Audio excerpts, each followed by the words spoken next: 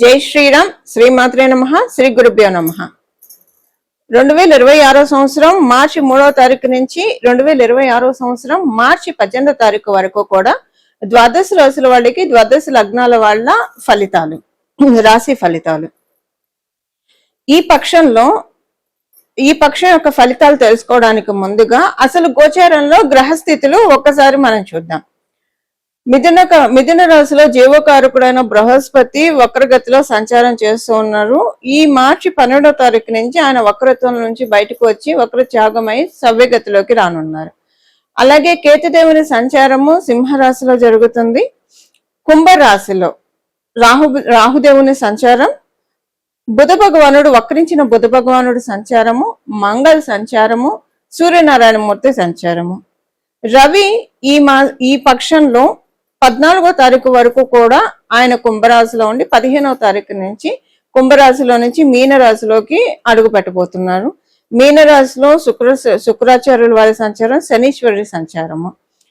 ఇవి ఈ పక్షం యొక్క గోచారంలో ఉన్న గ్రహస్థితులు. ఈ పక్షంలో ఉన్న గోచార గ్రహస్థితులు అనుసరించి ద్వాదశ రాశుల వాళ్ళకి, ద్వాదశ లగ్నాల వాళ్ళకి కూడా ఎలాంటి ఫలితాలు ఉండబోతున్నాయి అన్న విషయాన్ని మనం ఒకసారి చూద్దాము. మొదటిగా ఈ అంశాన్ని తెలుసుకోవడానికి ముందుగా ఈ పక్షంలో ఒక ప్రత్యేక అంశం ఏంటంటే కుంభరాశి చాలా బలోపేతంగా ఉంది. కుంభరాశితో పాటు సైమల్టేనియస్ గా బృహస్పతి ఒక రాశి అయిన మీనరాశి కూడా బలోపేతంగా ఉంది. మీనరాశి బలోపేతంగా ఉండడానికి కారణం, కుంభరాశి బలోపేతంగా ఉండడానికి కారణము కుంభరాశిలో అయితే 4 గ్రహాల సంచారము. ఈ 15వ తారీఖు వరకు కూడా 4 గ్రహాల సంచారము. గ్రహాలు మనం ముందే చెప్పుకున్నాము. సో 4 గ్రహాల సంచారము మరియు మీనరాశిలో శుక్రాచార్యుల వారి సంచారము, శనీశ్వరుడి సంచారము, శశి శుక్రయోగం మీనరాశిలో ఏర్పడుతూ ఉంది. ద్వాదశ రాశుల వాళ్ళకి, ద్వాదశ లగ్నాల వాళ్ళకి. దీనివల్ల ఏంటంటే ఒక ప్రత్యేకమైన గ్రహస్థితి అని చెప్పడంలో, అందులో కూడా మనకి 19వ తారీఖు ఉగాది అయింది. ఉగాదికి ముందు ఇలాంటి ప్రత్యేక గ్రహస్థితి రావడము. ఇక్కడ ఇంకొక విశేషాంశం ఏంటంటే గురు భగవానుడికి, వీళ్ళిద్దరు గురు భగవానుడు మరియు శుక్రాచార్యులు వారు, శనీశ్వరుడు పరస్పర కేంద్రాల్లో ఉన్నారు. శుక్రుడు మరియు శనీశ్వరుడు నుంచి మనం చూస్తే గురు భగవానుడు చతుర్థ స్థానంలో ఉన్నారు. బృహస్పతి నుంచి చూస్తే శుక్రాచార్యులు వారు మరియు శనీశ్వరుడు దశమ స్థానంలో ఉన్నారు. ఇన్ని విశేషాంశాలతో కూడి ఈ పక్షంలో గోచార గ్రహస్థితులు ఏర్పడి ఉన్నాయి. ఈ పక్షంలో ఉన్న గోచార గ్రహస్థితులు ద్వాదశ రాశుల వాళ్ళకి, ద్వాదశ లగ్నాల వాళ్ళకి ఎలాంటి ఫలితాన్ని ఇవ్వబోతున్నాయి, అలాగే రాబోయే ఉగాది సంవత్సరాదిన ఏదన్నా ఒక ప్రత్యేక అంశము ఇక్కడి నుంచే సూచిస్తుందా. ఇప్పుడు ఉన్న అంటే దేనికైనా ఒక గ్రౌండ్ వర్క్ అనేది ఉంటుంది కదా. ఉదాహరణకు ఒక బిజినెస్ చేయాలంటే మనకి గ్రౌండ్ వర్క్ ఒక 6 months చేసిన తర్వాతే బిజినెస్ లైమ్ లైట్ లోకి వెళ్తుంది. సో ప్రతి విషయంలో కూడా గ్రౌండ్ వర్క్ లేకుండా ఏ పని ఉండదు. గ్రౌండ్ వర్క్ లో గ్రౌండ్ లెవెల్లో గ్రహ దేవతలు ఏమైనా బ్లెస్సింగ్స్ ఇస్తున్నాయా ఉగాది తర్వాత నుంచి, మనం ఇవన్నీ కూడా ఇప్పుడు తెలుసుకుందాము. తులారాశి తులా లగ్నంలో పుట్టిన వాళ్ళకి, మీ తులారాశి తులా లగ్నంలో పుట్టిన వాళ్ళకి పంచమ స్థానము మరియు షష్ఠ స్థానము ఈ రెండు కూడా బలోపేతంగా ఉన్నాయి. పంచమ షష్ఠ స్థానాలు బలోపేతంగా ఉండడం వల్ల మీరు మంచి ఆలోచనలు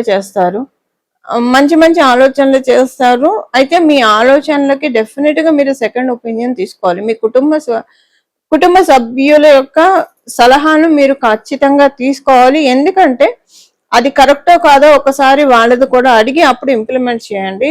దానివల్ల మీకు అంతా మంచి జరుగుతుంది.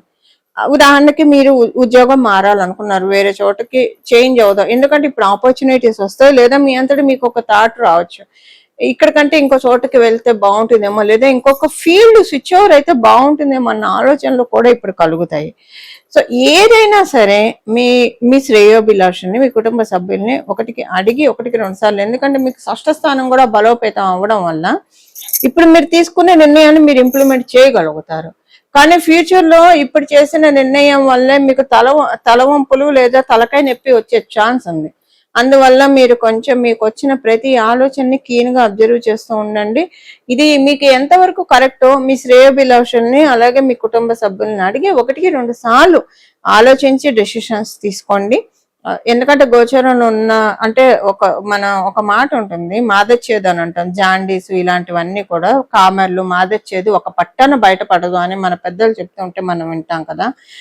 ఇప్పుడు ఈ పక్షంలో అలా ఉంటుంది. మీకు వచ్చే ఆలోచనలు మీకు ఇప్పుడు బాగా స్వీట్ గా అనిపిస్తాయి. ఇది ఎందుకంటే ఇప్పుడు గోచారంలో అయితే అనుకూలత పూర్తిగా లేదు, అలాగని మీకు వచ్చే ఆలోచనలు ప్రతికూలంగా కూడా లేవు. అనుకూలం ప్రతికూలంగా లేదు, సమంగా ఉంది. ఈ సమంగా ఉండడం అంటే మీ జన్మ జాతకం కనుక ఇప్పుడు చాలా బాగా ఉండి మీకు ప్లస్ లో ఉన్నారనుకోండి, మీకు వచ్చే ఆలోచన అసలు మీరు ఎవరిని అడగకుండా కూడా ఇంప్లిమెంట్ చేసేసేయచ్చు, చాలా బాగుంటుంది. బట్ ఇఫ్స్ బట్స్ ఉంటాయి కదా, ఒకవేళ మీ జన్మ జాతకం బాగా లేదు అనుకోండి ప్రస్తుతము, అప్పుడు ఏంటంటే మీరు తీసుకున్న నిర్ణయమే మీకు రాబోయే రోజుల్లో తలకాయ నొప్పిగా పరిణమించవచ్చు. అందువల్ల ఒక్కసారి మీకు వచ్చిన ఆలోచన మీరు ఒక్కసారి బిఫోర్ మీరు ఏదైనా నిర్ణయం తీసుకోవడానికి ముందు మీ శ్రేయోభిలాషుల్ని అలాగే మీ కుటుంబ సభ్యులను 1-2 సార్లు అడిగి దాన్ని బట్టి మీరు నిర్ణయం తీసుకుంటే అనుకూలంగా బాగుంటుంది. వీలుంటే మీకు మీ దగ్గర ఉన్న జ్యోతిష పండితుడిని కనుక్కొని తీసుకుంటే ఇంకా మంచిది. ఎందుకంటే మీ జన్మ జాతకము గోచారము 2 కంబైన్ చేసి చెప్తారు. ఏ పండితుని దగ్గరికి మీరు వెళ్ళినా కూడా అది మీకు సూట్ అవుతుందా లేదా అనేది వాళ్ళ సలహాలు సూచనలు మీకు డెఫినెట్ గా కలిసి వస్తాయి. ఇవి ఈ పక్షంలో ఉన్న ఫలితాలు తులారాశి తులా లగ్నంలో పుట్టిన వాళ్ళకి. ఈ పక్షంలో అనుసరించి గోచార గ్రహస్థితుల్లో కుంభరాశి మరియు మీనరాశి బలోపేతంగా ఉండడం వల్ల కాలపురుషుడు కుండలిని అనుసరించి 11th and 12th హౌసెస్ ఏకాదశ ద్వాదశ స్థానాలు చాలా బలోపేతంగా ఉన్నాయి. ఈ విషయాన్ని అనుసరించి ద్వాదశ రాశుల వాళ్ళ ద్వాదశ లగ్నాల వాళ్ళకి కూడా ఏదైనా సరే డొనేషన్ ఆస్పెక్ట్ చాలా బాగా ఉంటుంది. డొనేషన్ ఆస్పెక్ట్ ఈ పక్షంలో చేస్తే కనుక అంటే మీకు మీ శక్తిని అనుసరించి, ఒకవేళ డొనేషన్స్ చేయలేని వాళ్ళు గోమాతకి రోజు ఏదైనా ఆహారం తినిపించినా సరిపోతుంది. డొనేషన్స్ చేయగలిగిన వాళ్ళు డొనేషన్స్, ఒకవేళ డొనేషన్స్ చేయలేని పక్షంలో మీరు ప్రతిరోజు కూడా చీమలకు ఆహారమైనా వేయవచ్చు. ఇలా మీ శక్తిని అనుసరించి డొనేషన్స్ ఈ పక్షంలో చేస్తే చాలా మంచిది. ఉత్తమ ఫలితాలు ఉగాది తర్వాత నుంచి మనం అందుకోవాలంటే ఈ 15 రోజులు జాగ్రత్తగా సద్వినియోగం చేసుకోవాలి. 15 రోజులు సద్వినియోగం చేసుకోవడం వల్ల రాబోయే సంవత్సరము ఉగాది రాబోయే సంవత్సరం మొత్తం కూడా చాలా అనుకూలంగా ఉంటుంది. అయితే డొనేషన్స్ అని చెప్పాను. ఈ డొనేషన్స్ విషయంలో మీకు ఒకవేళ డొనేషన్స్ చేయలేకపోతే ఎంతైనా పర్వాలేదు, ఈ పక్షం మొత్తంలో ఎంతో కొంత గోశాలకు లేదా ఏదైనా దేవాలయంలో అన్నదాన కార్యక్రమం జరుగుతుంటే ఎంతమందికైనా సరే విరాళం ఇవ్వడము, ఇది డొనేషన్ అనేది మీ శక్తిని అనుసరించి ఉంటుంది. ఎంతో కొంత చేయడానికి ప్రయత్నించండి. ఎప్పుడైనా దానం చేయడం వల్ల లక్ష్మీ అమ్మవారి ప్రాప్తి చక్కగా ఉంటుంది. ఇది మనకి దీనికి ప్రత్యక్ష ఉదాహరణ శంకర్ భగవత్పాదులు రాసిన కనకదార స్తుతి.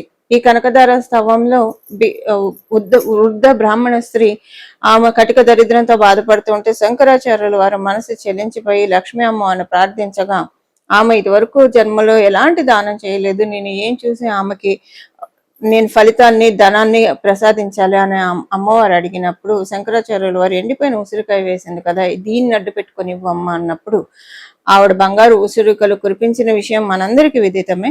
అని ఇదంతా ఎందుకు చెప్తున్నానంటే లక్ష్మీ కటాక్షం కోరుకునే వాళ్ళందరూ కూడా, లక్ష్మి అంటే బహురూపాల్లో ఉంటుంది, లక్ష్మీ కటాక్షం కోరుకునే ప్రతి ఒక్కళ్ళు కూడా ఈ పక్షంలో చేసే దాన ధర్మాలు మీ శక్తిని అనుసరించి, శక్తికి మించి చేయకూడదు.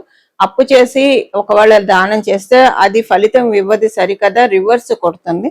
సో శక్తిని అనుసరించి దానం, లోభత్వం చూపించకుండా దానం చేయడం వల్ల వేద పాఠశాలలకి కొంతమంది వాలంటరీ సర్వీసెస్ చేస్తూ ఉంటారు, వాళ్ళ సంస్థ తరఫు నుంచి ధర్మకార్యాలు చేస్తూ ఉంటారు.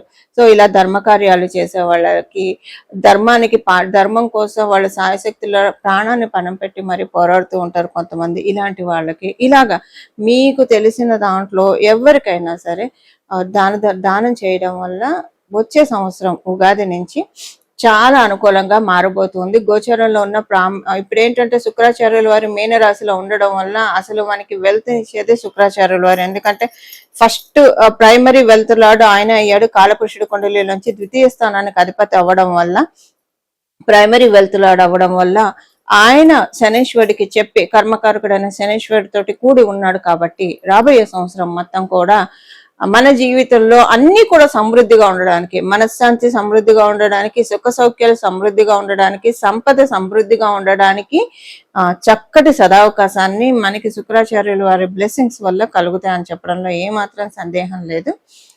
ఇలా మనం అందరం కూడా మన జీవితాన్ని సద్వినియోగం, మనకున్న ఈ రోజులు, ఈ పక్షం రోజుని సద్వినియోగం చేసి శ్రీలక్ష్మి అమ్మవారి యొక్క సంపూర్ణ కృపా కటాక్షానికి మనందరం పాత్రలం అవ్వాలని చెప్పి మనస్ఫూర్తిగా మనందరి తరఫు నుంచి కోరుకుంటూ మంగళం. నమో భగవతే వాసుదేవాయ.